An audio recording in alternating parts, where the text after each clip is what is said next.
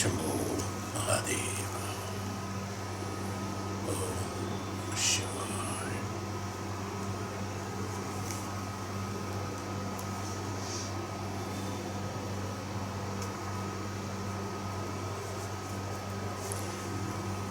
We were discussing about the happiness.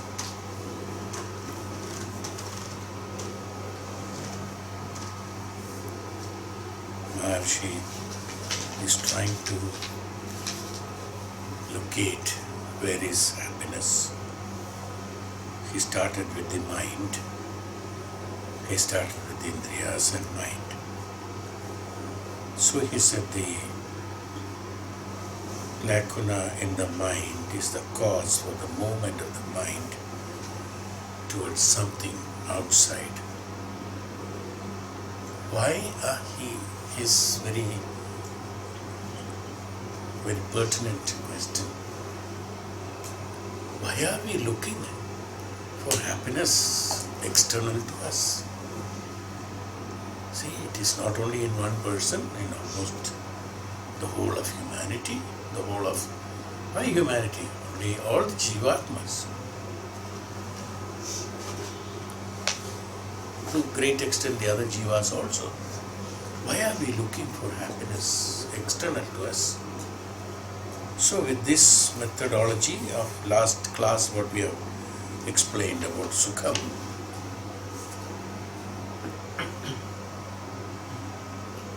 we established that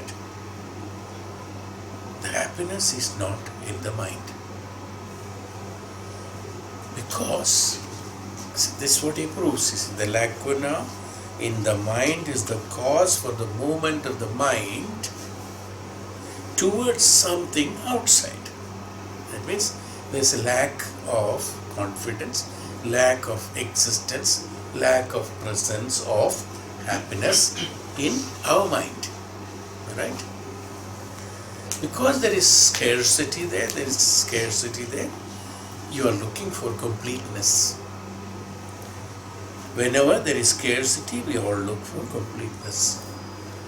In all the terms are concerned, whenever we are achieving something, getting something, it may be a temporary feeling, it may be a permanent feeling, or it may be an experience, a feeling or an experience or an achievement or a possession or whatever classification you give to that activity that you do, they are all meant for completeness. We think if we graduate, we are complete. We have become someone. Only to realize that we have not become anyone. See. But mind thought we are complete. So for some time there's happiness. Then the next stage of life, next stage of life, next stage of life. Or why life? Oh yeah, first of all the life. Next, in every activity, moment to moment in our day-to-day experiences, if I do this, I'll be happy. If I do that, I'll be happy. If I get that, I'll be happy. This is because the mind doesn't know where is happiness. And the mind, one is that the mind doesn't have happiness in it. If the mind has the happiness, it will not look for it. It will not look for it at all. Forget about whether it is subjectively or objectively. It won't look for it. One is that, so the happiness is not in the mind. Second is that the mind doesn't know where is happiness. There are two things. Either one should have it, otherwise one should know from where one can get it.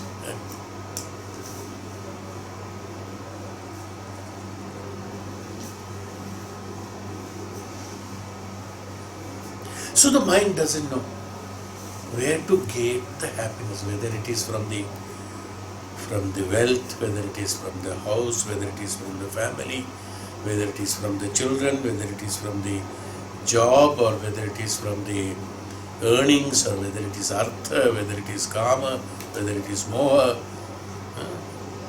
whether it is mother, Matsarya, where do I find happiness is the second one. So two things are proved. Happiness is not in the mind, and the mind doesn't know where to look for happiness, is why he keeps on looking for happiness. Is one.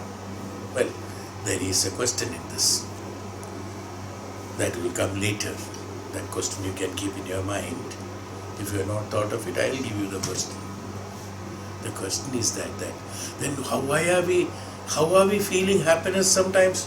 Many things, not sometimes. Many times. This question I will answer, or you will get an answer, because Swamiji has already clarified it. This question may be there. We are having it. Well, I have told in the previous class, I think, a gist of it. That is, when there is a light, there is a reflection through everything, and we think that is that. Yesterday, about the sunlight and reflecting on the water, and when we look at it, we have the same experience of looking at the sun, but we don't get the heat, we don't get the light as we get it from there. It's not the reality, it is only a misunderstanding, because the happiness is in everything. So there will be reflection of happiness from everything. It is not happiness, it is only a reflection of happiness.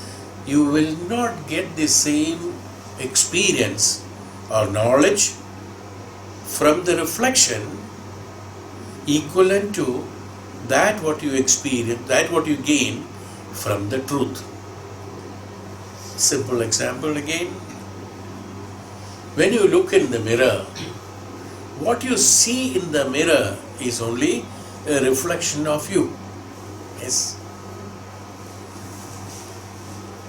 It doesn't have prana in it. It doesn't have emotions in it. It doesn't feel, if you hit with the flowers on the mirror of your reflection on the mirror, it doesn't get hurt. Eh? Right? But it looks true, is it not? You got what I am trying to tell you? So, but you feel it is true. You are gaining a happiness by looking at it, even though that's not the truth. So that happiness will remain so long you have a reflection. You are looking at the reflection. But the reflection doesn't experience anything because it's only a reflection. And you cannot expect anything from the reflection. When you see somebody in the mirror, you ask them something, hey, please give me a glass of water. The reflection will look at you like that, that's all. Is it not? But if you ask the real one, then you will get a glass of water.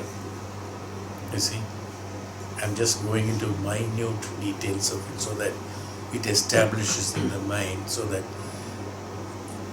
But then what we do, what the mind does, mind derives little bit of happiness by looking at it, thinking that it is real.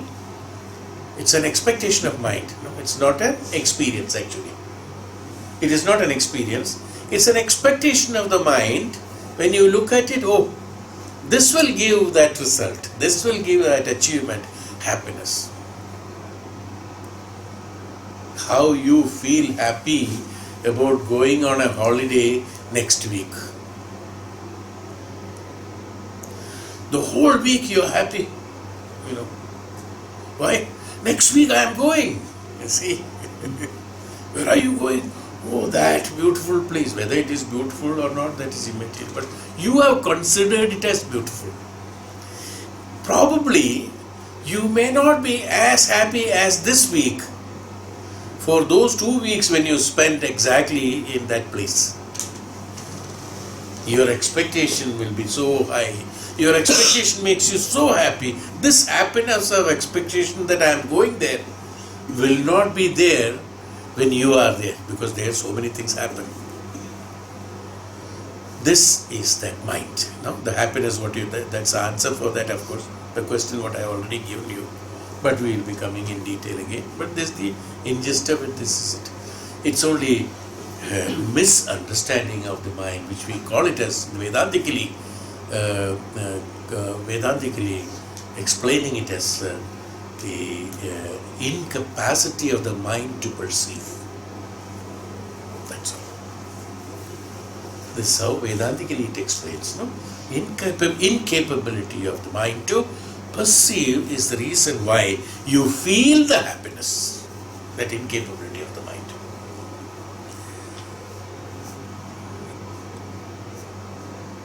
So, Maharshi further explains to us about the happiness. As I told you, happiness is again a source from where everything begins. Even a life form comes because there is happiness. As I told you just now, this small example, this Jivatma thinks if I go and fulfill my requirements, execute and experience and exhaust my karmas, I will become that. That happiness is the cause why a Janma was taken. Forget about all other things. If that is not there, that intention is not there, this will not happen. Now from where that intention comes, we have told already there, earlier, that how the intention come, that in the mind, what was that chapter? Faith. In the faith we have told that. How the faith comes to the mind. It's not practiced, it is not learned, it is not experienced, it is not because of anything else. The faith is that it is because of the established factor of the meditational quality of the Jivatma and the Prana during the process of number of years, and which is there, it is existing in the reality of the consciousness. In the reality of the consciousness, in the existence, it is existing. That whatever is existing will always be a part of us also. Now, only thing, when you have to evoke them, in order to evoke them, the unfaithfulness or the activities of all those things, when it is removed, the faith automatically. When we talked about the faith, Shraddha, we spoke all these details on that. The same way,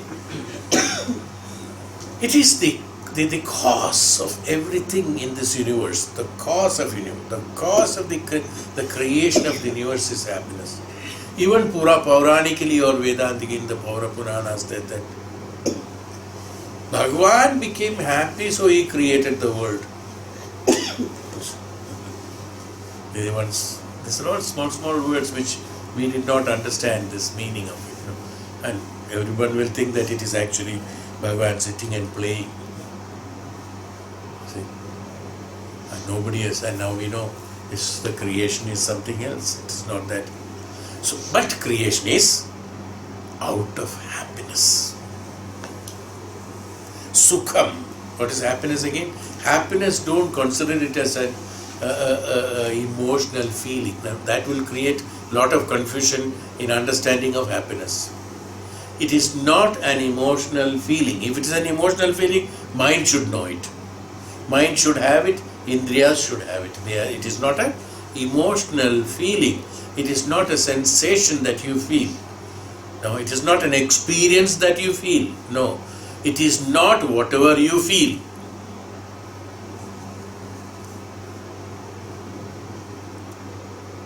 The feeling is only feeling, that's all. It's not real. Is it real? I feel it is right. Is it real? No. It's only feeling, is it not? It's not right. Feeling is not right. Feeling can be wrong. When you have in the winter, now I'm talking about what is that mind? The feeling of that is right. Second is physical. In physical, when in the winter, when you go nearby the fire, burning fire, you feel comfortable. You say it is so nice and you feel nice. And the same fire, temperature of the fire is same whether it is winter or summer or rain. And in summer, when it is a hot summer, when somebody places that, you put a chair nearby that and sit there, will you say it is nice? So feeling is not right. Feeling that I think it is not right, the feeling is physically or mentally or spiritual feeling is not right. Spiritual feeling is not right. Spirituality is right. Spiritual feeling is not right. If you are feeling something, it is not right. It's only a feeling which is created by your mind, by your senses, that's all. Since your mind and senses are already, we have explained about the temporary nature of the mind and the indriyas, the feelings are also temporary, naturally. So they are all very momentary, that's all. It's the truth has to be understood. You may experience it. It is not that you will not experience it. You experience it. It doesn't matter. But all these experiences are sensory systems created by the mind and indriyas, and your cells, and your, scientifically speaking, your cells, your organs, everything gets attuned to the energy input that is programmed, mixed with the programming of mind, inducted into the system, will create the habituation of the cells and the organs according to that. If you think you are hungry, you feel hungry. If you think you are uncomfortable, you are uncomfortable. The same way, if you feel comfortable, comfortable. When you listen to certain things, you feel that it is nice, and say sometimes it is bad. Both are created by you. It is not in the object. These perceptions are all created by your senses, depending upon your experiences of previous in the previous life or in this life, in the nature. That's all. But they do not have any experience. Now, what I am trying to tell you is that now, as we have heard in the doctor who spoke, that when you are in the meditation, when you do a true right way of meditation, what happens is that you are detached from these instruments who are creating the experienced results as real and making you feel exactly as it is, will be removed and goes into a neutral status where your mind and indriyas do not interfere with the stillness of, let me call it as stillness of the status, in the status of meditation. At that point of time, no intuition, no experience, no interference is created by any of these thoughts or many of these experiences or any of these expectations. Then what happens? The function of the system, the same cells and organs and the physical body or the mind experiences totally a different status. Is why that doctor said in his talk, even Maharishis and Tapasvis, we know that when they are into a deep transcendence state to the higher consciousness, when not in the lower consciousness, when they are in the higher consciousness and deep into that higher consciousness, even the sharira and the mana starts functioning depending upon those experiences present at that moment of time being transmitted into it. So at this point of time, what happens? Even the sharira doesn't require food, water or any other facilities. It is not necessary. A man can live without eating because he said, according to science, he said during the process of meditation, you must have heard that he talks about it. The cells produce its own food, he said, according to scientific knowledge. The cells will not produce its own food without an input in it. That we also know that. He also knows that, but he has not said that. He said it makes it. Now what is the input? The input is that the existence of the higher consciousness, or now when I am talking about it, it is the happiness that is being transmitted into the cells. So when the happiness, that which is the inherent quality of the existence, from where the existence has come, is transmitted into a particle, which is Jivatma, into a particle of the existence, automatically it becomes happy. When it becomes happy, happy means what? Not the feeling of happiness, not enjoyment, not a elated sense of that. It's not the pleasure, it is not that. Happiness is Sukham, Sukham. Sukham is what? What did I explain? What is Sukham? One word I explained about Sukham. What is explained? What is Sukham?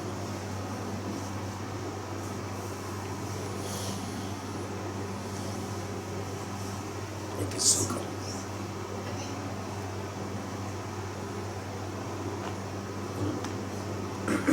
In the previous class it is explained what is Sukham.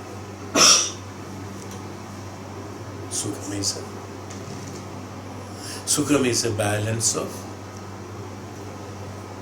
this is what I said. Yes. Rest you find out, huh? Okay. That's better, because so that you will learn something. I told Sukham is a balance of dash dash dash. Find out what I told, then you can tell me, huh?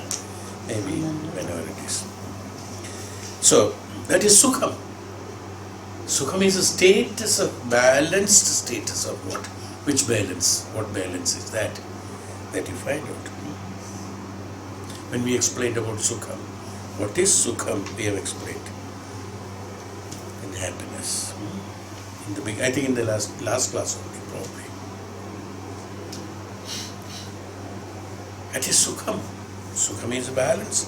It is not the Sukham what we are talking about. It is not Sharira Sukha, it is not Mano Sukha, it is not the material Sukha, it is not an achievement Sukha of a comfortable position. It is not Sukham of something like that.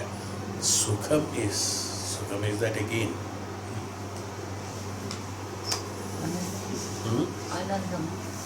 Sukham is Anandam. Sukham is Ananda. Sukha is Ananda. Ananda is a status. It's not a feeling. So when it is a status, it is a balance of material and spiritual, which is known as, now again further explanation on that, it is a balance of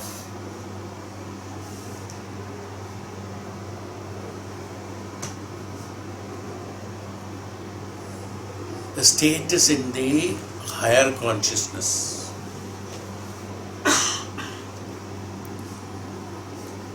Why I said status of higher consciousness, balance in the status of higher consciousness. I did not say this balance between lower consciousness and higher consciousness. No. It's a balance in the higher consciousness. To be in the balance in the higher consciousness, there has to be a stable, absolute knowledge and the consciousness. Then you will be absolutely totally balanced in the higher consciousness, totally balanced in the knowledge and the higher consciousness. When you are totally balanced in the knowledge and higher consciousness, there are no expectation, there are no results, nothing is necessary, and there is no question of achievement. At that point of time, the status which is known as Anandam is called Sukha. That's Sukha. The status of Ananda is Sukha. In Ananda, in the status of Ananda, there is neither requirement, there is no happiness, there is no rejoicing, yes, there is no pleasure, there is no fulfillment, there is no achievement, there is no completeness or incompleteness, or there is no contentment or discontentment. No? Nothing is there. Is called Ananda. It's not even contentment. It's not even contentment. It is not even Purnata. Beyond. Anandam is the state of that. Purnata, when I say that I am conscious about the completeness. When I am conscious about completeness, I do not have Ananda. I have only satisfaction of completeness. I'm only rejoicing the happiness, rejoicing the completeness. Yes, I have got completeness.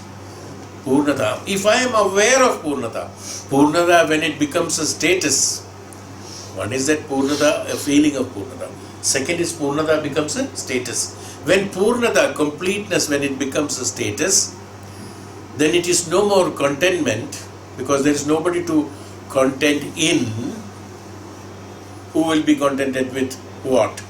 So neither there is somebody who has to be contented, or there are no contents to content.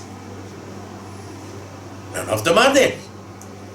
It's called the status of Purnata. When the status of Purnata is there, there is only Ananda. Ananda is a status in existence. Now what is that? Nobody can explain. So it's not a feeling. So if you feel happiness, it is not happiness. It's only a reflection of happiness through an experience, that's all. And anything that is felt is momentary, is what is being told. So the doctrine in that world, the source of happiness also seems to be refuted by a deeper analysis that no object seems to be capable of attracting attentions of everyone at the same time, nor even one and the same subject at all times. We have discussed, I think, about this. Many things cannot give you happiness at the same time. One thing cannot give you happiness at all times. None of it is eliminating, actually. Naiti process. Naiti. So there seems to be some mystery behind even I have told you most of the things practically. Mystery behind even the assumption of presence of happiness in the objects outside. But it must be somewhere. There has to be happiness. That is why you are feeling it. So where is that? Is what question is. It cannot be neither here nor there, because the whole world of perceptual activity is a collaboration of the subject and object. Therefore, it has to be either this way or that way. By mere empirical analysis, it is difficult to find out where happiness lies, because a mathematical or arithmetical analysis of situation will lead us merely to analysis of the mind inside and the objects outside. There's nothing else for us to discover in this world, but we find that we cannot discover the happiness in mind, nor can we discover happiness in the object of sense. Nobody has found out so far happiness in mind and happiness in object. It cannot be invented, it cannot be discovered.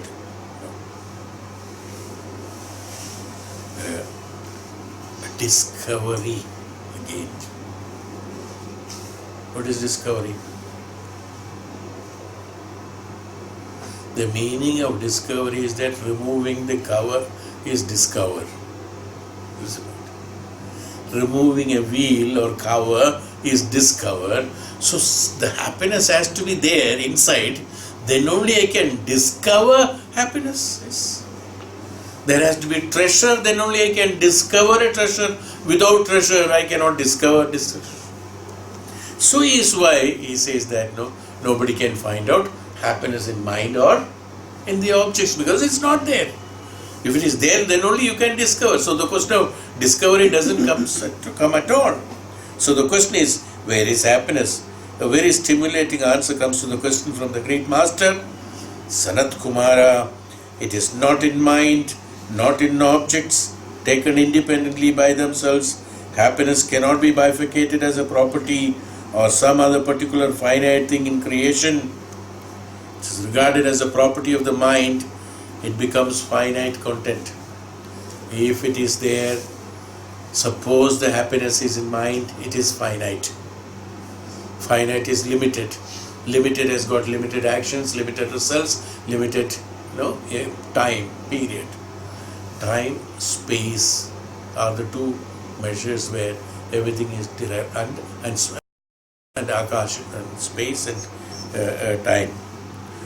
So it is neither in the mind, so if mind is limited, mind is limited, the happiness becomes limited. The finite, if it is in the object, again it is finite. Object is also limited, because so long you are identifying it as an object, then only it's object.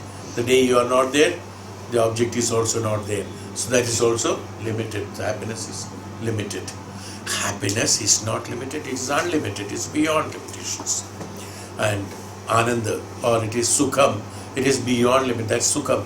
It's beyond limit, it's not only in the status when you are living the Sukham. Okay. Then a combination of these two, either it is together, suppose you merge the object and mind together, then will it become happy? Then also that is not the happiness. So he is, with all these permutations and combinations like this, with the permutations and combinations, ultimately we are not satisfied with the finite pleasure in the world, so no one asks for limited happiness. Everybody wants a permanent happiness. I would like to experience it again and again and again. See, so because there's so permanency, and we are looking through temporary, we are passing on every moment looking for happiness. Actually, you see, a big secret. I was just contemplating on that today. Then what is happiness? You see, actually, what happens is that, you see, it's all known to you, but you contemplate, then only you will get it. Today I was contemplating. Then, what is then happiness? You see? Where is the happiness, and why it is happiness, and how is it functioning in us? How we say the inception, everything comes from the happiness, and the happiness is the one which is the pre-existence stage. We can call it as that. Existence is one, and a pre-existence state is one. You see, it is in the pre-existence states happiness. Then only the existence has come from happiness only. That's called pre-existence state, which is called Purusha. In Vedanta, it's called Purusha and Prakriti. Prakriti is an existence, and Purusha is the pre-existence state, Prakriti status. How it happens, I said that. You see, one simple answer, after thinking of so many times, or so many hours probably, one simple secret has got revealed. Is that very simple? When you listen to it, you will say, "Oh, yes, I also know." Very simple thing. From the day one you are born, or even before you are born, from the womb onwards, what is your aim of everything that what you are doing in life? Just to be happy, is it not? That's all. Everything that you are doing is just to be happy only. We are talking, we are listening to Upanishad, we are learning Upanishad, we are doing puja, we are eating, we are sleeping, we are drinking, or whatever, X, Y, Z, giving, taking, pleasing, singing. Oh, everything is in happiness. I give you something because I am happy, you are happy. It's all for happiness. Everything in this universe, not only that we are doing, every planetary system is functioning for happiness. Every object or every jivatma is functioning only for happiness. The insects which are there, they fly for a few minutes and few hours and die. They are also doing it for happiness. Every intention, every movement, every moment, every movement is meant for happiness, because everything comes, the source of everything is happiness. When the source is happiness, the result has to be happiness.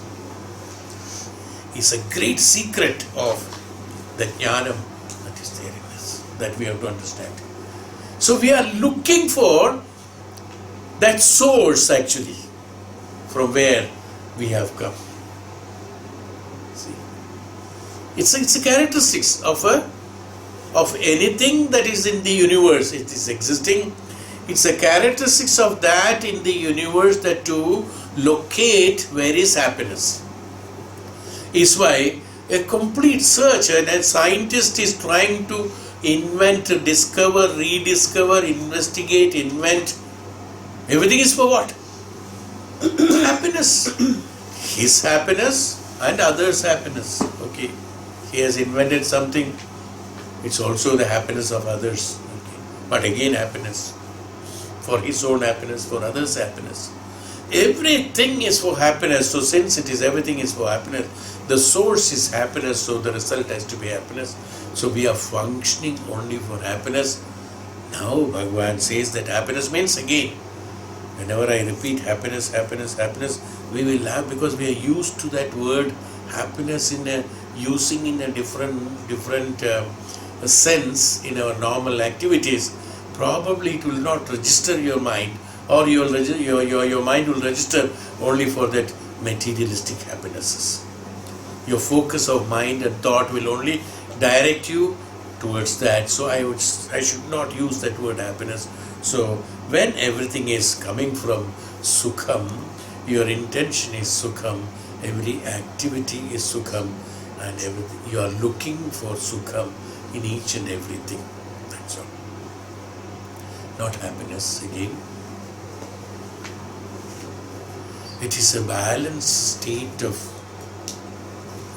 Ananda in the higher consciousness with absolute no achievements. No achievements, because everything is there. When everything is there, there is no achievement required. This is called Sukham. So your purpose of life, now when we further continue that, your purpose of life is for Sukham. Your purpose of your birth is for Sukham. Your purpose of all activities are for Sukham. Yes. Even you are sleeping for Sukham, you are talking for Sukham, you are thinking for Sukham. When you are doing all this and you are sacrificing whole of your life only for Sukham, why don't you try to sacrifice your life for the true Sukham instead of looking for false Sukham? Is my contention. You are, after all, you are looking only for Sukham, is it not? Why are you satisfied with? And why are you sacrificing? Why are you wasting your time and your space, your artha, your jiva, only for this temperamental, temporary and very, very temporary, in fact, in the nature, Sukham. Why not the true Sukham? That Sukham which is known as absolute Brahman. Again we will come to that. It's again the Brahman. Why don't you look for that permanent Sukham? Since you are trying, well, in the process of trying, you may experience all this small reflection of Sukham. Fine, no problem. I am not saying you don't recognize it or don't realize it, don't accept it, you accept it. But don't think that is Sukham, only that problem. Don't think that is Sukham, and don't understand that this is what I want. This is not what you want. You want not the reflection of Sukham, you want the true Sukham. So your attention and your travel and your intention and your purpose and your intention or your effort should be to attain that Sukham. To be that, not to attain that Sukham, to be that Sukham instead of attaining these reflections of Sukham and temporarily with your mind and indriyas, satisfy yourself. Oh, I have Sukham. It is only a sort of feeling of Sukham. That's not Sukham. So is what I found out. I contemplated what the results I could get is only this. This is what, well, explaining the whole thing, but I told the end of it. That's what I did, which I felt it is that, because since the source is that, and the source is that, the Sukham should be that. When the source is that, the result should be that. The source is that. Our effort should be to attain the source so that we don't have to attain any more. We don't have to put our efforts for anything more once I gain the totality of it. Why do I have to beat around the bush in common language? Why do we have to beat around the bush in order to, when we know where Sukham is? So today the Upanishad explains where the Sukham is. So he said, so the question is, where is the happiness? Where is Sukham? Where a stimulating answer comes from is that it is not in the mind, not in objects taken independently. Happiness cannot be bifurcated, neither in finite nor in infinite.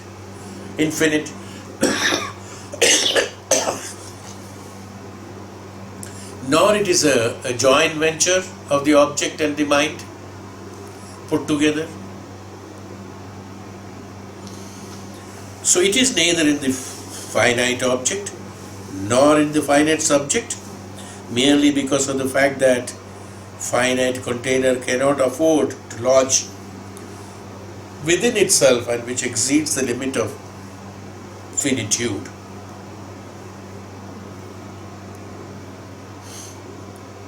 So Maharishi Sanat Kumara says, hey Devrishi Narada, happiness is not anywhere, yet it is everywhere. It is in a completeness of being that you can find happiness. This is what Dev Maharshi told Devrishi, hey Devrishi, it is not anywhere, but it is everywhere. Because it's not divisible, no? It's not created, it's not destructive, it is not scrutable or inscrutable.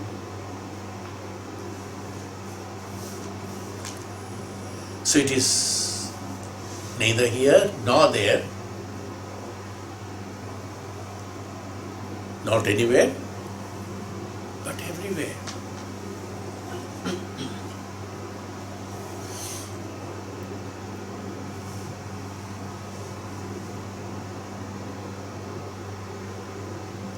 Sunlight is not in the leaf, not in the tree, not in the water, not in the land, not in the car, on top of the head, on top of umbrella. It's not anywhere, but it is everywhere. Light is everywhere. It's not anywhere. So you cannot say it is there. You cannot point out only it is there.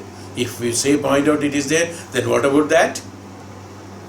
Then what about that? Then what about that? These questions will come. So Maharshi was very understanding answer that it is not anywhere, but it is everywhere.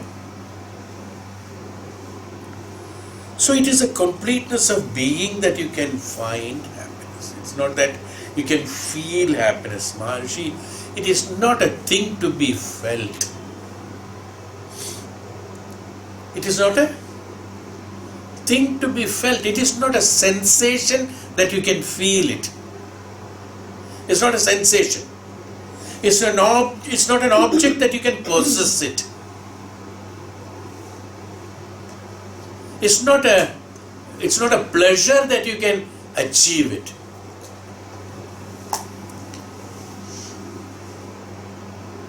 It's not a position that you can attain it. It is none of this. When you put everything together, it is that. Completeness, being complete. Now, to be, tatha astu. Tatha astu. What is tatha? Which you mentioned. Tatha is a continuation of language.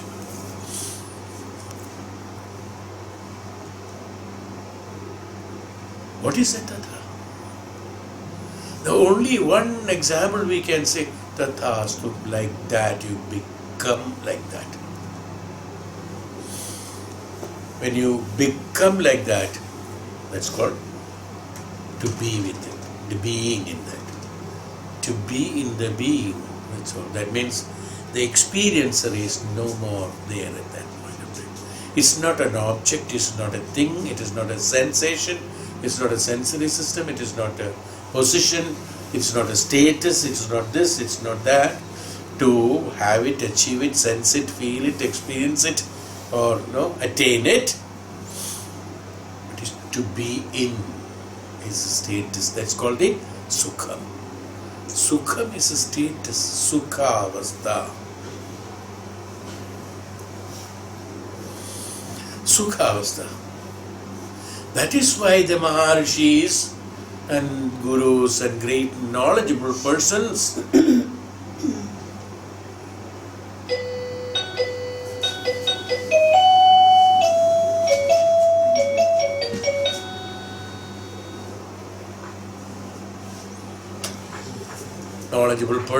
are,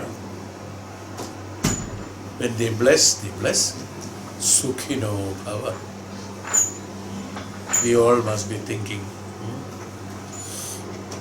Sukhino Bhava is a very small word. Sukha, Sharira Sukha is always in the mind, Sukha. I went with a great expectation and the Maharishi blessed me, only Sukhino Bhava. Not that, millionaire Bhava. Anglicizing the Sanskrit. Millionaire Bhava.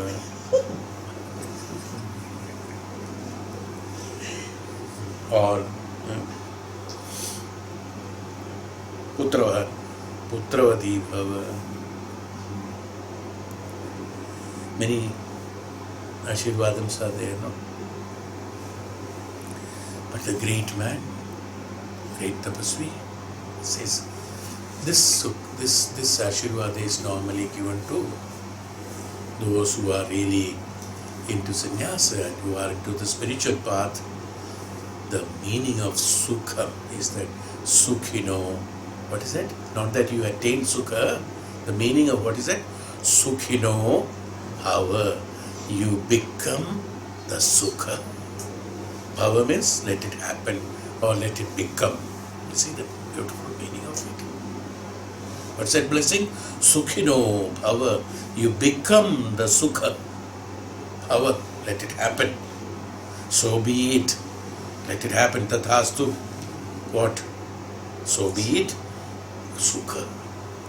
Sukhino Bhava is the greatest Ashirvada one can get.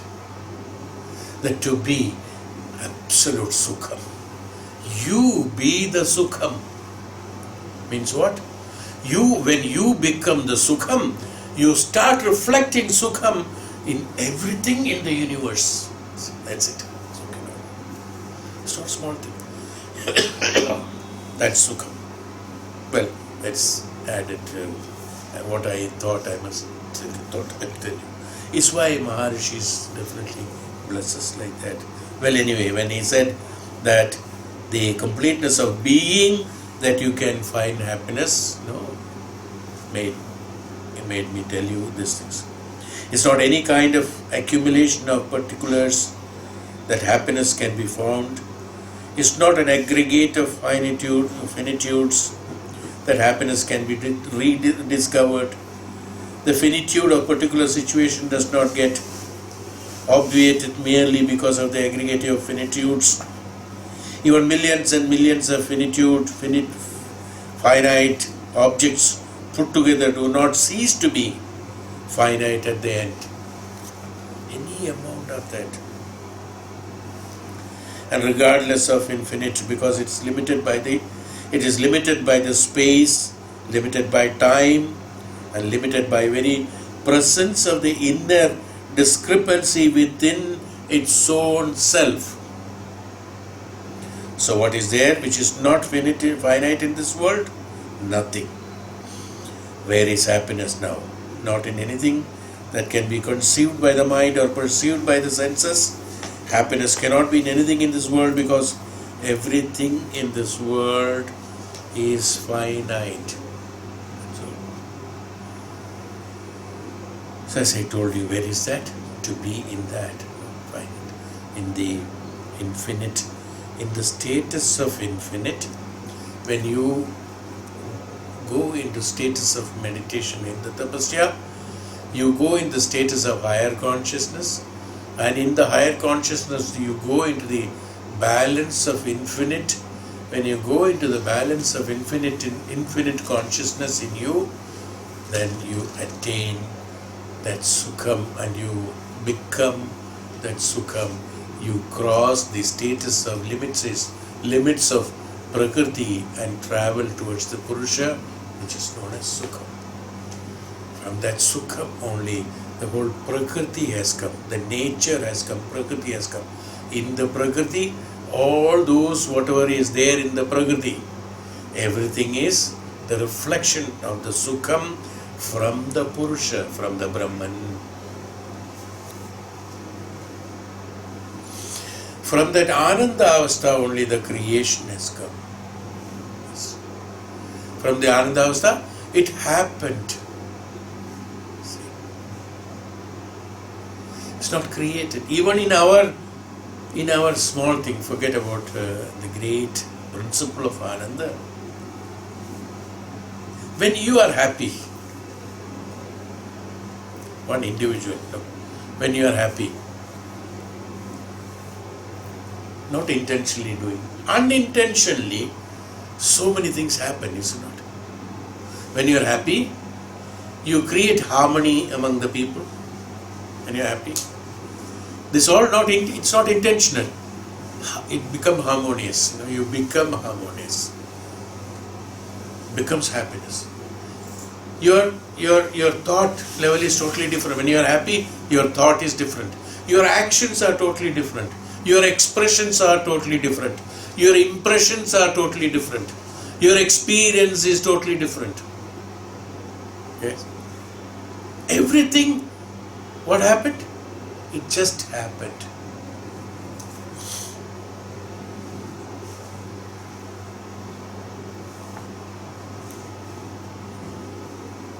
Children, when they get wet in the rain,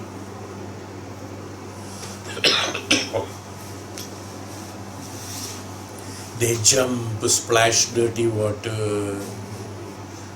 They don't know, totally wet. When parents are not nearby.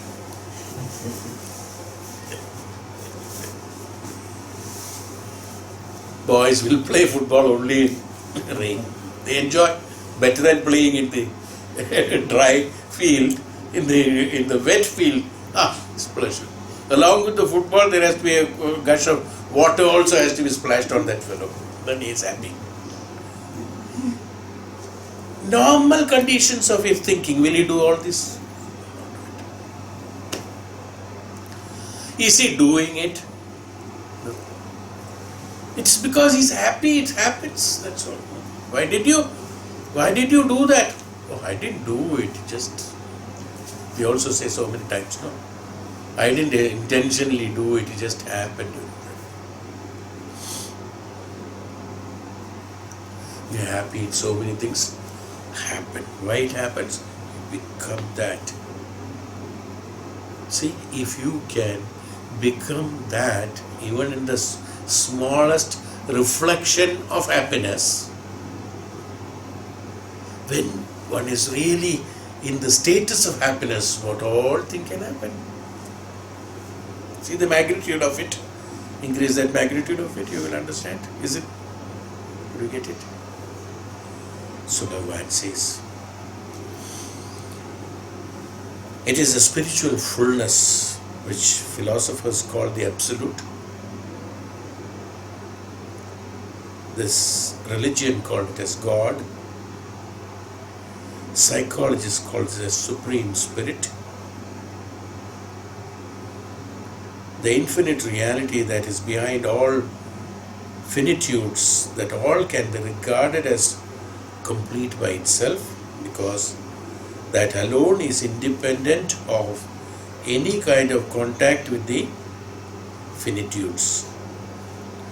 That finitude is the source of happiness whose reflection in some manner or other in the finite objects of sense becomes responsible for our belief that happiness is in the objects outside.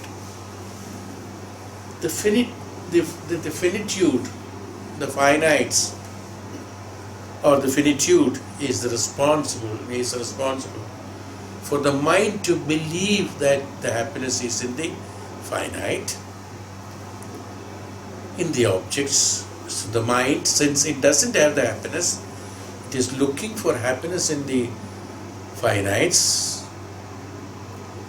When he finds the reflection, he finds a little bit of pleasure in that. Is misunderstood as happiness, whereas it is none of these. Maharishi says it is the spiritual fullness, or the God, or the Supreme Spirit, or the Brahman, as Upanishad said. That status is called the Sukham, and that is called the happiness from which source it all has come.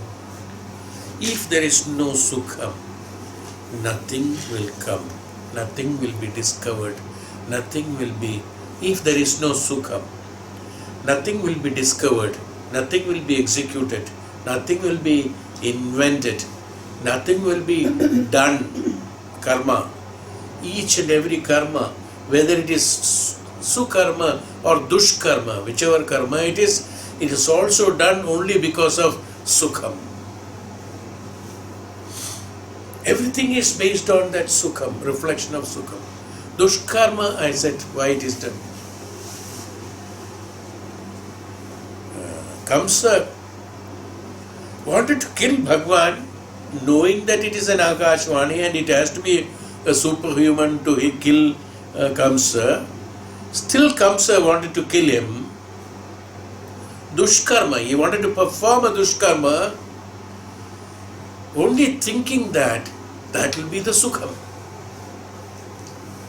Now he found out the reflection from the power and position. He found out Sukham in that. So he said, in order to retain that power and position, like a king and who is ruling all the world or many countries, he can retain. So he doesn't want to get killed by anybody.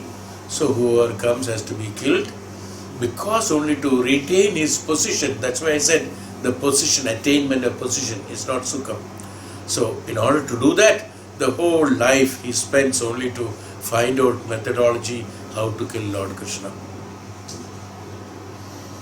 Finally he gets killed because he was getting attached to the finitude.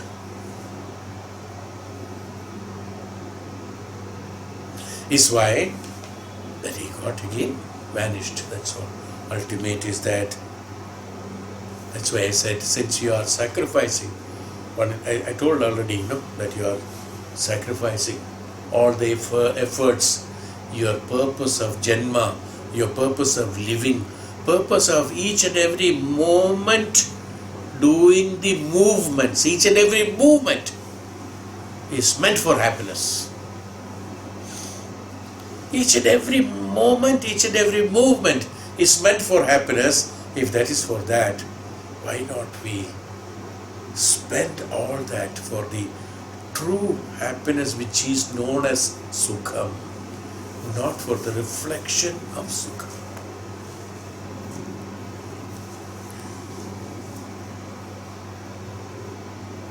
The absolute Ananda Avastha.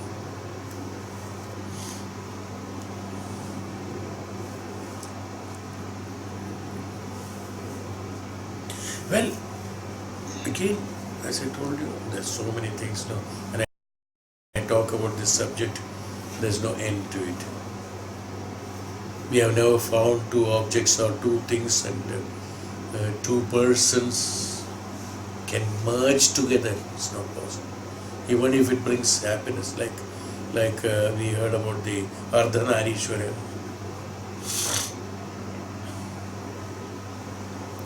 Cannot bring happiness. Can it bring happiness? Can it bring Sukham? Everything will be everything is finite. There cannot be a status of infinite in that. It's all finite. But for a moment, you will feel that it is infinite. That's only for a moment. According to the Upanishad here somewhere, Maharishi is mentioning, nobody in this universe, from the inception of the universe, nobody remained in the status of happiness for more than 5 minutes. 5 minutes he's talking about the great, even Maharishis or Tapasvis during the status of Tapasya. So in the normal human being, it may not be in minutes, it may be seconds, Maharishi says the statistics is that nobody could remain in the same status of happiness more than 5 minutes, because everything is through finite. This finitude cannot create happiness, so the advice is that you have tasted that. You have tasted this, like in a sweet shop. If it is very expensive sweet, he'll give you only one small piece, even you cannot taste it. No. One small piece, nature.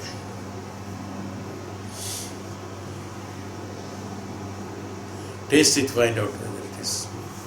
If it is good, you get a mass of it.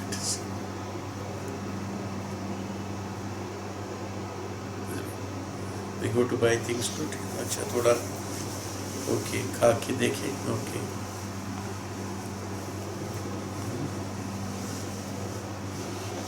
There are places where you can eat. So many things are kept. So each one you can try. By that you fill up your stomach also. Tasting it. You are getting a reflection of the taste of it. Same way in our life, each and every moment, each and every movement, each and every incident, each and every thought, each and every action, reaction, and each and every result of our action, everything gives us an indication. Look, this is a happiness through the finitude, and if it is a status of permanency, how it would be should be the comparison. Each moment by us is an enquiry towards the happiness. This enquiry should begin first in us. When that enquiry begins, then we will automatically start negating and neglecting those which are not true happiness, and will try for the attainment of the, or in the status of the absolute Sukham. It's a way how it has to be done, sannyasa has to be done. Then there are only 2 more chapters, 23 and 24. And then this section will be finished chapter. Then only 1 chapter is there, that we will take maybe gradually also. But let us go through this carefully. So almost we are reaching the Brahman, state of the Brahman. So the Brahman. So before that, the 23rd, again I give you an introduction that everything comes from the completeness. Everything comes from the happiness. The name of completeness, happiness, infinite, consciousness, knowledge, everything is one. Brahman. Jnanam. Okay. Prakasham. Jnanam. Everything is same. So, everything is coming from that absolute. They have only one word which is known as absolute. Absolute means there is nothing beyond. Nothing about that. Nothing, no analysis can be done about the absolute. Absolute happiness. No, we can call it today, even though it's not that. Absolute Sukham. It's not like that. It is Sukham only. Sukham is only one. But for us, for our mind to give priority, for our mind to give the limit, the mind to give, to negate that what is the Sukham that I am experiencing now is not that. So in order to do that, this word absolute will help. That there is something beyond this normal, which is known as absolute. It's all actually no, it's not normal. This is abnormal. We should say that this abnormal Sukham is not the Sukham. The normal Sukham is that. But we cannot say abnormal because we ourselves will get depressed by that. So we should not do that, even though it is abnormal. And everyone is in the status of depression only. We are talking about depression. Everyone is in the status of depression only. Everyone is, because of the depression, they are trying to struggle out of that depression and to come to the Sukha Avastha. Is why we are doing so many things. Each one is doing so many things. It's only because of that. Is the Avastha. So next Avastha is known, Bhagavan says, is in the 23rd section. That means 7.23.1. Sanat Kumara says, Yo vai bhuma tat sukham nalpe sukhamasti. This word has to be used. Nalpe sukhamasti. Bhumaiva sukham bhuma tveva vijijñāsitavya iti bhumanam bhagavo vijijñāsaiti iti trayovimsha khanda.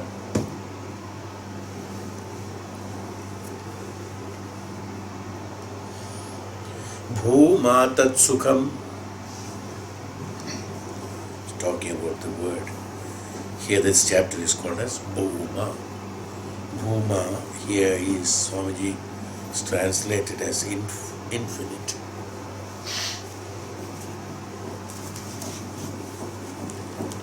And what is Bhuma here?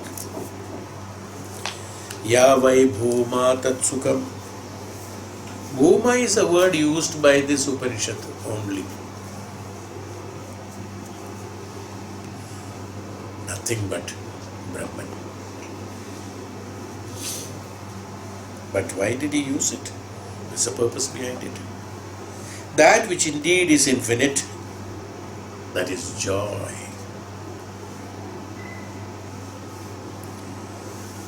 There's no joy in the finite. The infinite alone is joy, but the infinite indeed has to be sought after.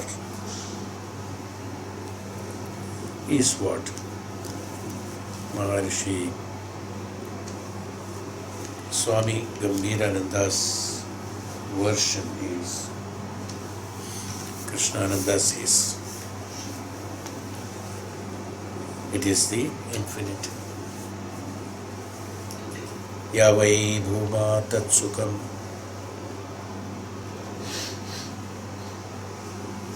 I would like to tell the second word first.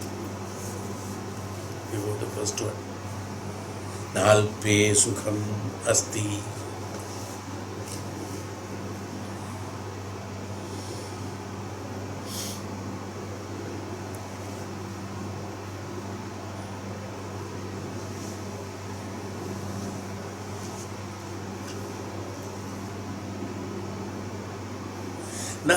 Nalpe sukham asti. In the alpa, there is no sukham. Na alpe sukham asti. In the alpa, there is no sukham. Alpa is limited. Analpa is unlimited. Alpa, analpa. Alpa is limited. Everything is alpam. Whatever we have is only alpam. It has to be analpa. In the analpa is only that. So, nalpe sukham asti. What is alpam? Finite.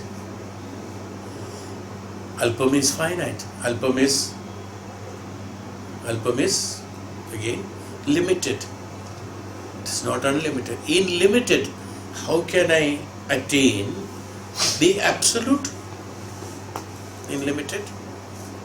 So this word has to be used in each and every moment. Why did I say I would like to say this word first? This has to be by-hearted by you.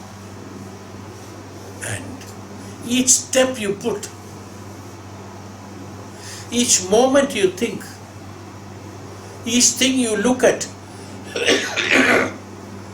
each thing you speak, each thing you listen, each and every activity of every moment, movement, this you should repeat. Nalpe Sukham Asti. What I am hearing. My praises, somebody says, oh, you are so and so.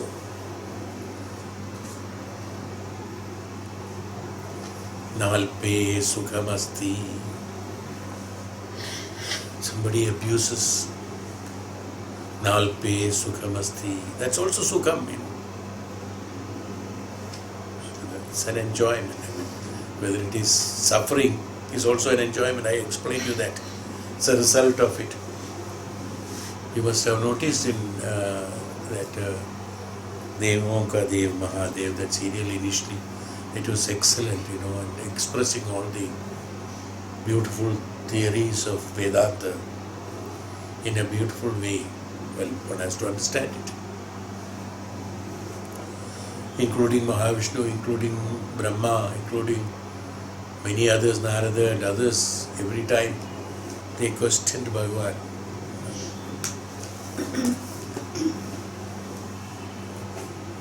That man is going to kill you and you have given him the vara, and he is the one who is plotting against you. He created so many creatures, no? So many small things. Who created war, waged war against Bhagavan? Even Maharishis did curse on him, Shapa. No problem. Why are you like this? Is what everybody asked him. So Bhagavan says, this one. Nalpe Sukham. Sukham is that Parabrahman. Everything happens because of that happiness. Even a destruction comes from happiness. Sukham. Even a destruction happens from the Sukham. For you, when you isolate that incident alone, it will look like a destruction. But when you look at the balance, ecological balance of the universe, you will find it as Sukham.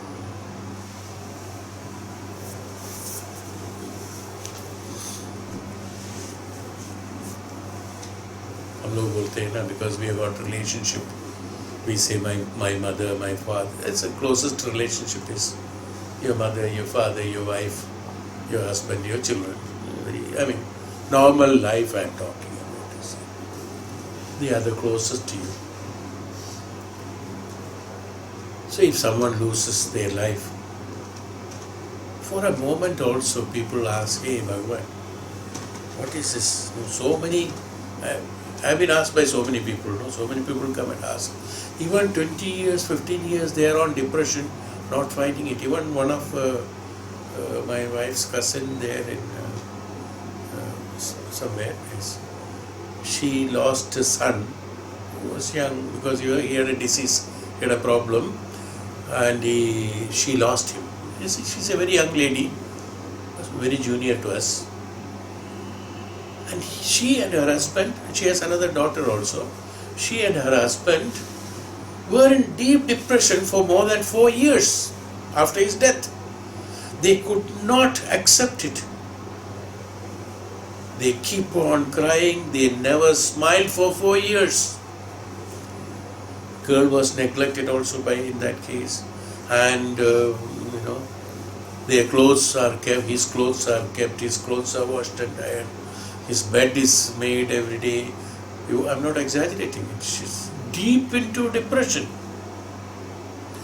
Believed that, and that what I'm trying to tell you is that, when the close ones are gone, we always ask the God, why did you take him away from me? Why did you, why when so many unscrupulous fellows are enjoying and having nice khana? Why this one only? As if, For that person, my intention is totally different. Then it's okay. And again, to complete that story of that cousin, not story, actual incident, event. When we went last time when we went to a place, so that both of them, husband and wife, luckily he was also there, both of them came to discuss with me. I spent about not less than 3 hours talking to them, explaining about what is called the birth, what is called the Janma, what is the purpose of Janma, and who is what and who is responsible for what. All these explanations have been given. This time when we went there, we found them absolutely happy, and even after that immediately they came out of it. What happens is that they were stuck there, it all happens to every one of us there. I just told an example, that's all. We all get stuck in something or other. Somewhere or other, we all get stuck. Thinking that alone can give us happiness, because that finite. We must realize that this happiness that you are getting is a reflection from that infinite. Even though the close ones or distant ones, and everyone is same, Jivatma is Atma, that's all. Everyone has their own karma, departing and parting. Parting or departing and departing and departing. Number of times.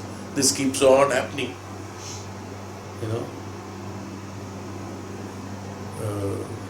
Like Bhaja Govindam as Punarabi Jananam, Punarabi Maranam. It keeps on repeating. But we know it, everyone knows about it, but still one gets stuck by that. Everyone knows, it's not that everyone isn't, today most of them are educated group. And they all know that it is there, but still we get, why? Because our mind gets attracted to that, saying that we are deriving certain happiness out of it. It's a misconception again of the mind. It's not the happiness. So what is he trying to tell? That in the infinite, in the Bhuma, is that ultimate happiness has to be found. We all get stuck by that reflection. Nothing can give us absolute happiness. It is only finding that true Brahman is a permanent happiness, and permanently they can take away from the cycle of Punarabhi. Why we are having Punarabhi Jananam, Punarabhi Maranam? Only because that we keep on looking for happiness, which we keep on looking for the Sukham from the finites, what we are experiencing. And once we establish that it is the finite, once we know that this is the truth, it is not the happiness that I am deriving out. I am deriving temporary happiness from that reflection, no doubt about it. But it is not a permanent happiness that I am deriving out of it. This realization has to come. That is why I told you, from now onwards, you should have this sentence in your mind, every moment, every movement, I said, what? Na alpe sukham asti. Na alpe sukham asti. That's why na alpe sukham asti. Na alpe sukham asti. In the alpam, there is no sukha. You keep repeating in your mind, God will definitely bless. God, I said because of religion, I said God. Or you can call it as the absolute, you can call it as Brahman. They are all names for our convenience and our satisfaction. We put that name for that absolute Brahman. I call Brahman. I call this absolute, it's a Brahman. I will not call it as, according to the psychologist called it as Supreme Spirit. I will not call it as a spirit. Psychologically, whatever it is. Psych wants to experience a spirit, the absolute spirit. It's again, the psych means again a human, the psycho. I'm talking why I said I will call it as Brahman, not as the absolute spirit. Psych is only there when a human being is there. When he has got a mind, when you have got a psychic activity is there, then only the question of spirit comes. For him only he has to understand it's an absolute, it's a supreme spirit. I want to rule out that. That's why I said the Brahman. Brahman is that for the Atma to identify. So we are already going beyond the limit of the Sharira. Unless we go beyond the limit of Sharira, again the God, according to religions, they call it as God. God has got no definition, that which is not visible, invisible, okay. In religious matters, they call it as God. Again, a religion. The religion was not there some time back.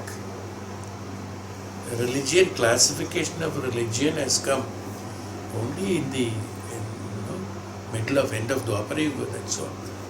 Before that, where was the religion? There were no religion. Everything is the Brahman only. So Bhuma is said on the 23rd.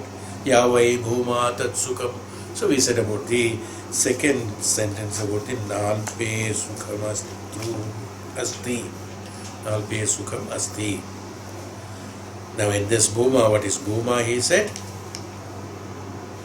happiness is plenum, happiness is completeness. In totality is absolute. The great Jnani Acharya, he master, he said Acharya, Sanat Kumara, as far as this particular context is concerned, Sanat Kumara is the Acharya and Devrishi is the Shishya. So Acharya spoke that the term Bhuma used in this Upanishad is a novel word of its own kind which cannot be easily translated. Now he says, combination. It has a pregnant significance within itself which implies absoluteness in quantity and quality and uncontaminated character, permanency of every type, immortality, infinity and eternity is called Bhuma. Brahman.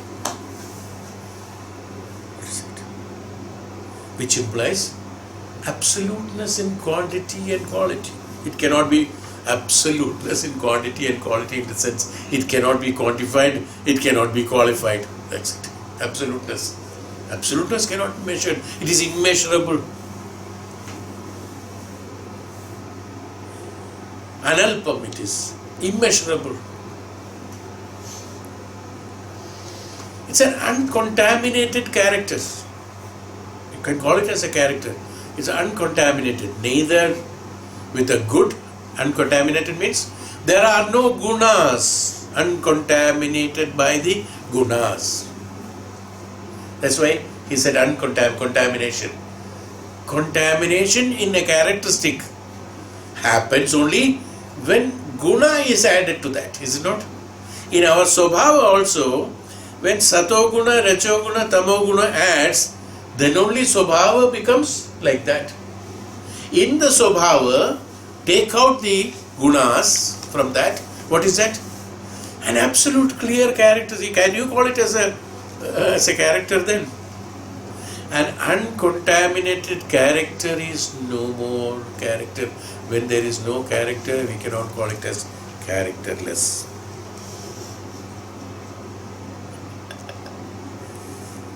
There's no less character.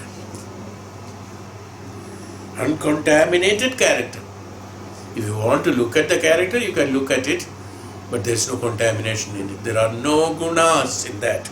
Is what is called Trigunaditam, we call. That's what he said in English, uncontaminated character or kuch nahi hai. Permanency of every type. Nityam.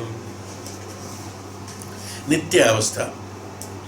Not that, oh, today I am hungry, tomorrow I am not hungry, today I am happy, tomorrow I am not happy.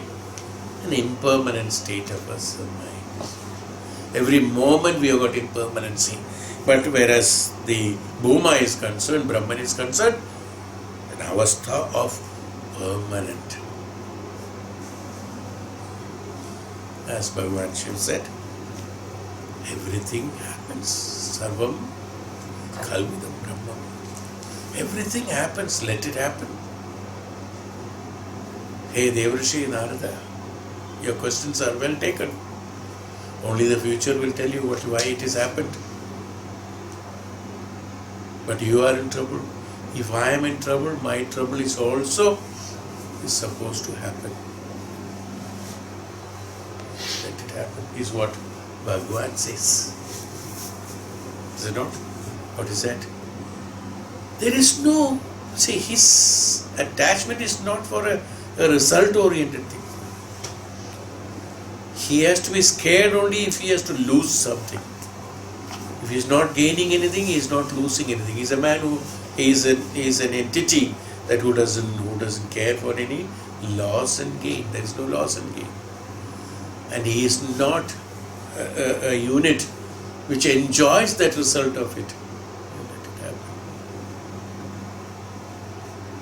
Many people ask me, being Bhagwan, Ram had to go to forest for 14 years. Being Bhagwan Shiv has to undergo so many attacks by the Asuras. Sort of characteristics. Everything has come from the happiness, we said. Even since everything has come from happiness, when we take it as an isolated case, we will find it as an unpleasant situation. When you take it as an isolated case.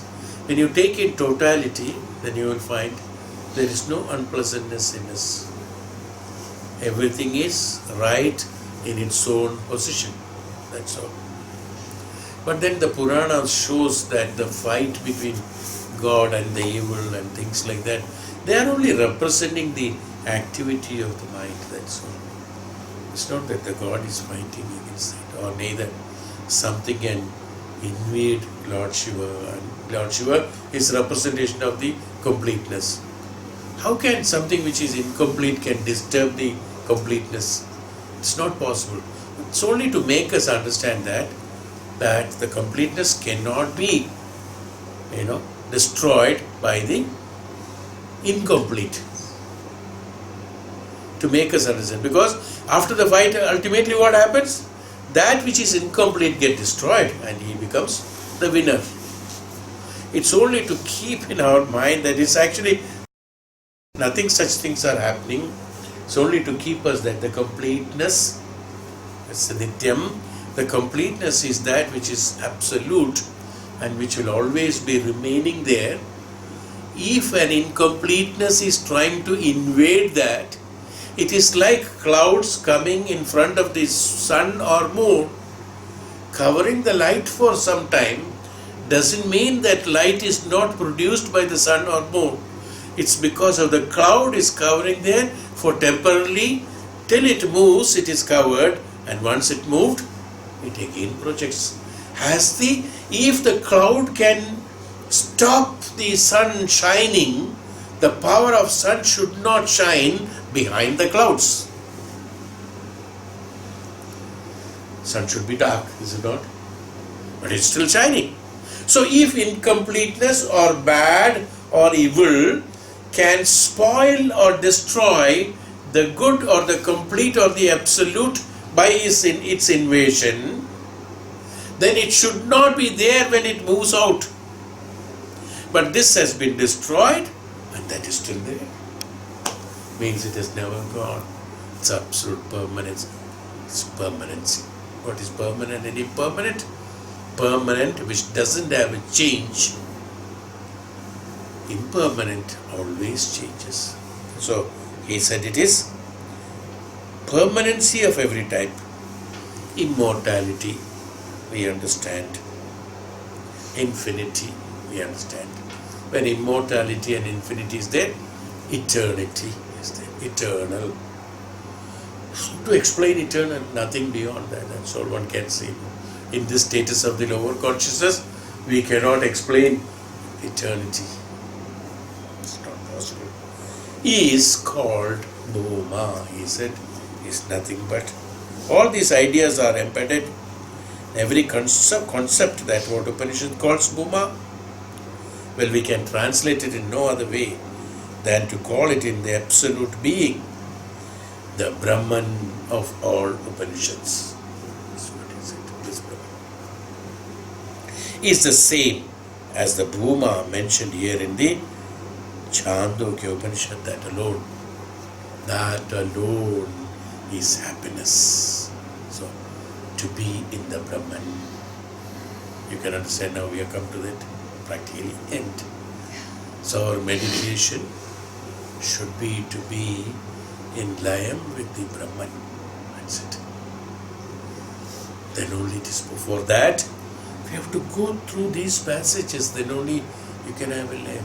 You cannot just immediately think that layam has happened. It's only a thinking, or you should not use your mind to do the layam. No.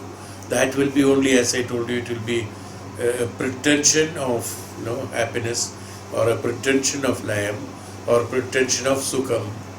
A pretension of Sukham is not Sukham, it's pretension. We have to attain the Sukham. Attain Sukham is attain the Brahman. If that alone is happiness, why is that? Now, I asked this question in the beginning, and I told you also. That alone is Brahman. Why is that we feel happiness in the objects of sense? Why we feel temporary happiness in that? Then he says, Nalpe Sukhamasti. So also I have explained you why we are feeling the happiness in the objects. There is a reflection of happiness. I explained you enough on that. Seeing the reflection on your mirror, seeing anything, or there is something in the object which is capable of indicating that behind them is this reservoir of happiness. The indication is due to their creating a situation of apparent completeness when they come in contact with the mind of the subject. It's true. In that person, in this person, in this person, in this person, in that object, in that tree, in that animal, in this water, in this ocean, in this river, we are happy with that because there is happiness in that also. Like you have happiness in you, they also have happiness in that. They are all like you are reflecting happiness, they are reflecting happiness. So when the mind is coming in contact with that which is reflecting happiness, the mind thinks that it is happiness. That's all.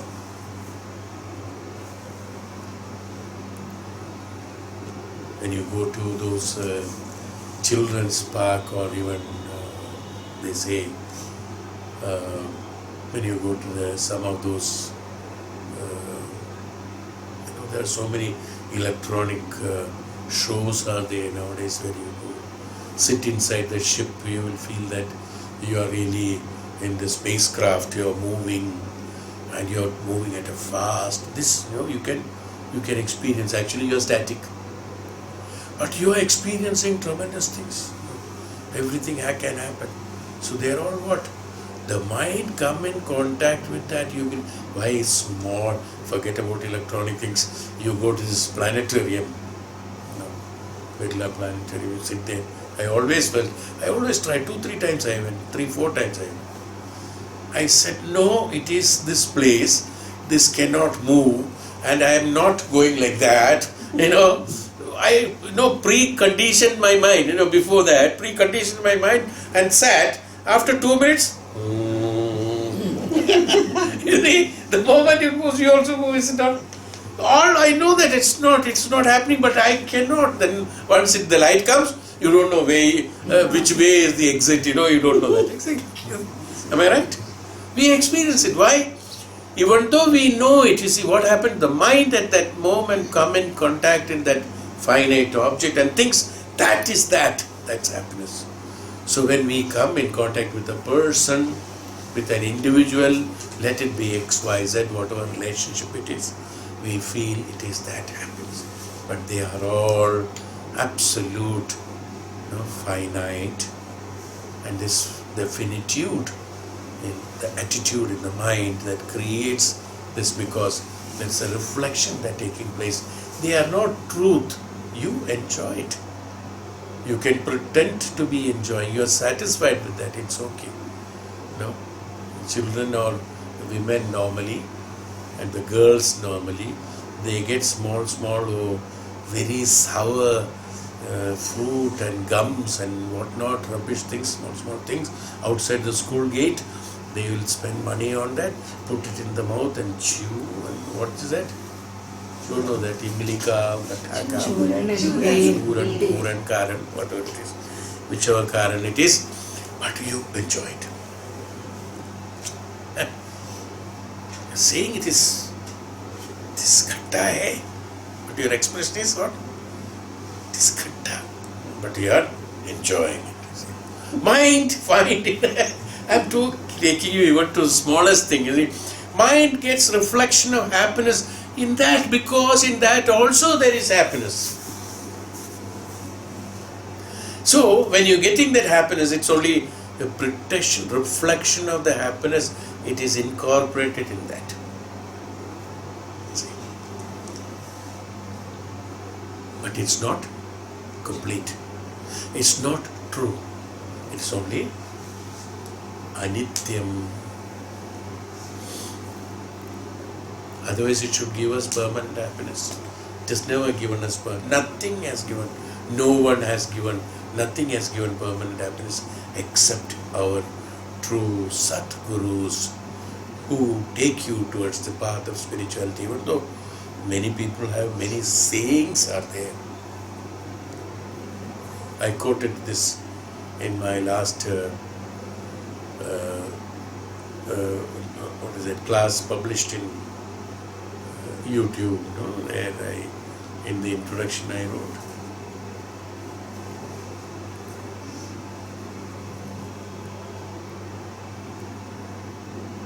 Some sayings are there. Whatever Guru does, it is only. And there is a saying, disciple has to work hard in order to attain that. Why the working hard of disciple is not attaining that? We have spoken about Ishvaranugrah Pumsam.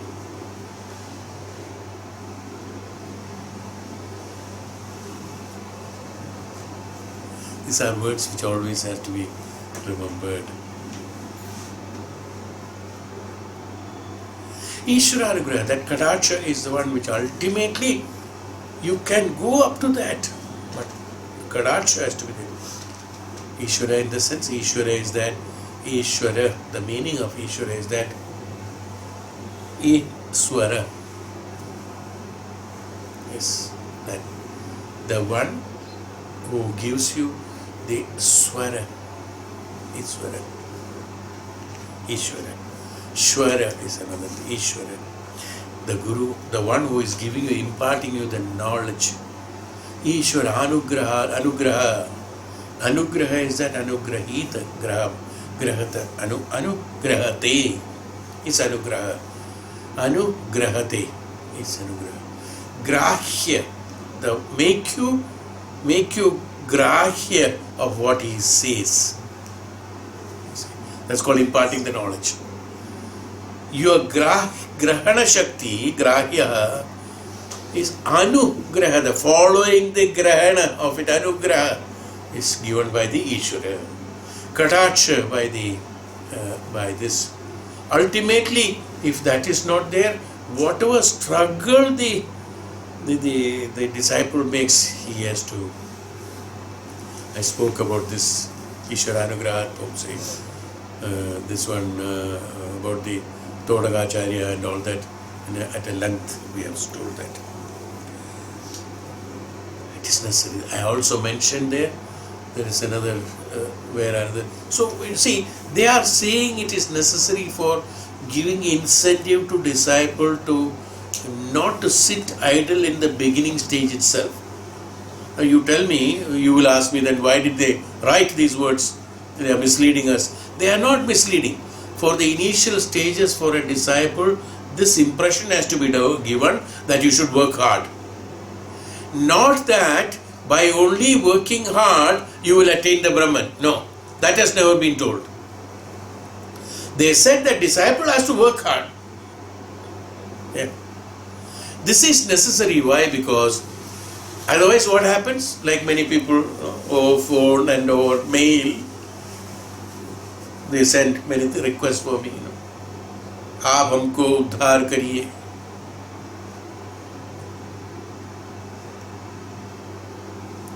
In Hindi, normally this many people say that. हम जहाँ बैठे हैं हमसे उठने, I will not get up from here. आप हमको उद्धार करिए. If you want, that I have added after that. Within brackets, उसका मतलब ही क्या हुआ? If you want. If see, is it not? आप हमको उद्धार करिए means what? If you want. Is it not? That's it. It's just reading between the lines, of course.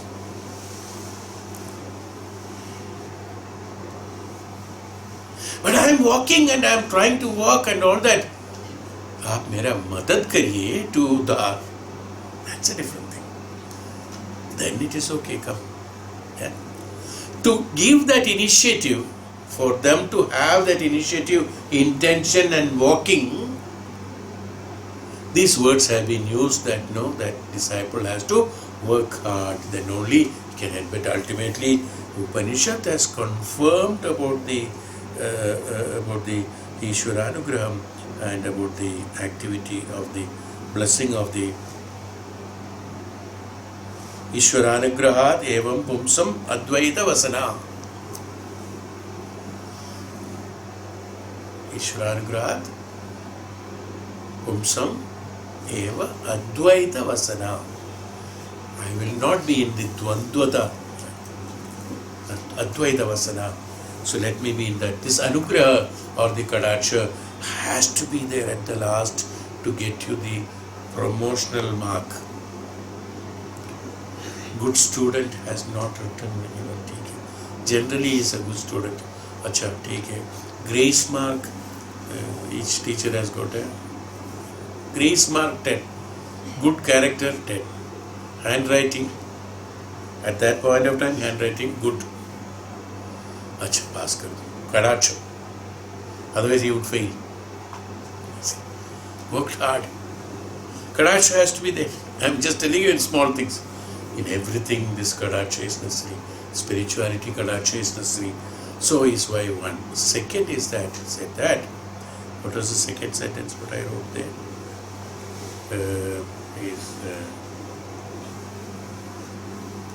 Now, great Maharishis have told, we have discussed also. Self is the biggest knowledge and there is no knowledge to understand the self beyond the knowledge of the self. So self, in order to understand the self, the knowledge of the self is good enough. No external knowledge, so no, there is no external knowledge is necessary for identifying the self. Is what is another sentence quoted. This is also right. So that one will not totally depend, again the same thing happens. No? One will not totally depend on the external knowledge and will not contemplate in order to identify the self. That becomes the knowledge of the self. What is the knowledge of the self? What is the external knowledge? There are two knowledges. First of all, there are no two knowledges. No? Knowledge is knowledge. I don't know whether you are gone through my passage, what I have written. You should read it, then try to identify. It's a study. That's why I said you have to observe each and every activity of the Guru in order to. It's not only the teaching in the class, but everything else matters. So there it is written, an external knowledge will not help you to identify the self. The self knowledge is the knowledge which is great. It is written, it is there somewhere in many documents you will find it is written. Absolutely right at that point of time when we are in the lower consciousness, there are no two knowledges. When we have to receive the external knowledge alone and we think that alone is the identification, one will stop meditating. They will say that okay, external knowledge only is okay. He will not meditate, he will not do tapasya, he will not do, upasana, he will not do nididhyasana, nothing. That is not right. After getting that knowledge, not that knowledge, after getting the knowledge, which is a revelation of the knowledge of the self and others. No, there is no external knowledge. The knowledge is knowledge. When knowledge comes, the self is evoking that knowledge from within you. That knowledge will evoke that knowledge which is inherent in you, and the knowledge that is external, what we called, has become again internal. As I told you, subject and object. The objective will become subjective. When it becomes subjective, the knowledge of objective will become knowledge of subjective, and that subjective knowledge will reveal the self of that. First of all, what is the self? We have explained. And this identification can happen is why I have wrote that. So, what happens? Everything like this will relate to ultimately that which is, you are relating that, this alone can happen. Again, that kadacha, I was talking about kadacha. There also, the kadacha is necessary. Otherwise, we will remain incomplete in contemplation also. Otherwise, why? I have also asked one question. Even after showing the path by the Guru, why the disciple could not transcend or transform? Even after the struggle of the disciple, why he could not transcend or transform? These are the questions also I have asked them. So what happens at this sensation? We were talking about the happiness, Sukham, and the Bhoma. Bhoma is again the absolute Brahman, again the Sukham or happiness. This sensation attended with the thought of consciousness of having achieved one's purpose brings about a stimulation within which is characterized by a feeling of completeness, a sensation of completeness, a feeling that something asked for has been obtained, is introduced into the mind. This feeling is capable of lasting only for a fraction of a moment, because the mind cannot be satisfied with the idea that its purpose has been fulfilled merely because of the contact with the object. It is introduced into a false state of feeling that the purpose has been served, and this state of momentary the mind realizes that a mistake has been committed unconsciously, and it withdraws itself from this contact and hibernates itself into its own cocoon, searches for another source of happiness, and finds itself in a state of misery all in one moment. So every experience of the happiness in this world is passing, fleeting, transient, momentary, of the character of the moment. It cannot last 5 minutes. I told you about that 5 minutes. The mind withdraws. It understands that it has done a mistake. It realizes, oh, this is happiness, get attracted. Identified, it withdraws. Again go there, again identifies, come back. Again go there, identifies, come back. No one has experienced happiness, as I told you, but I am confirming. Has experienced happiness for 5 minutes continuously because of the fact there is an anxiety within, and these anxieties are brought about by the certain suspicions arising in the mind, together with the experience of this contact of itself with the object. The suspicions are brought about by the recognition that the contact is not actual union, because real union of the subject with the object is different from mere contact, be it physical or even psychological. There is a flaw in every type of union. Every coming together ends in a separation. Whatever that be, either in this world or in the other worlds. This is the reason why there is only an apparent happiness in the world in our coming in contact with things of the world. Even this apparent momentary happiness is due to an awareness of the presence of this Bhuma in a flash of a moment of experience. Because there is happiness in Brahman, we find food is tasty because the Brahman is present there. Simple thing. We find one is pleasant because Brahman is present there. We find happiness because Brahman is present in us. The more and more we are happy, the more and more the presence of Brahman in us is felt. That's why they say, be happy. Small words. Be happy. How to be happy, somebody will ask, naturally. Because it's not When we know this, then only we know the meaning of what do you mean by be happy. Sukham bhava. Be happy. Sukham bhava. Unless you know that this is the contact, that the mind is, even the reflection is also you are feeling it. The presence of Brahman is there in everything. That's why Sarvam Brahmamayam. Sarvam Brahmamayam. In everything. If the Brahman is not there, nothing can be interesting. Nothing can be lively. Nothing can live. Nothing can die. Nothing can be born. Nothing can fruit. Nothing can flower. In every activity, there is a happiness happening. When it is flowering, there is a happiness happening in the tree, in the plant. When there is a fruit coming, there is a happiness happening in that.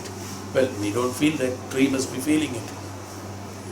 Brahman, the presence of Brahman is available. When you look at it, you have the happiness.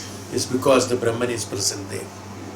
How can you be happy suddenly looking at a flower? What is that instrument? See, this is how you have to contemplate, no? What is that instrument make you happy by looking at it? What is the instrument make you unhappy by looking at something else? What is that? in both the presence of Brahman. Here also the presence of Brahman, the reflection of the happiness is there. There also the happiness is there. In here, but when you looked at it, the happiness was there in you as well as there. The Brahman was all over there. Immediately you felt a reflection of absolute happiness by looking at it. The unhappiness, what we call, is that even though the Brahman was in me, there was an emotional intervention by the mind that this has got that flaw, because the mind was agitated at that moment of time. As I told you, it creates a cloud in front of the moon. For some time it got hidden and behind the cloud. So the Brahman that in you could not be experienced, only in the Brahman in the object was experienced. So it was not perceived by the Brahman in you, was called unhappiness. Because unhappiness is a feeling in you. It is not the object is bad, that is why you are unhappy. It is because your perceiving capacity of that object was missing in you, is why you are unhappy. Otherwise, the object would have been unhappy. If the unhappiness is in that, it's not. The unhappiness is in you, because the Brahman was absent. The more and more you are sad and unhappy, the Brahman is absent from you, because the cloud of mind is intervening in the Brahman existing in you. Are you getting it? It's a big principle again. Sukham is there, Brahman is there. The more and more sad, the more and more unhappy, the more and more negative, more and more this. The cloud of the mind is intervening with the reflection of the Brahman in you. Brahman is there in you. It cannot be avoided. It's an inherent thing. It is everywhere. But what happened? The clouding take place. Is what is the meaning of all this. So, it is the completeness. Oh, sorry, it's quite some time now. Okay. We are almost finishing this. Last two paragraphs are there in this chapter. To page 188, second para, we will continue. And then one more class, I think.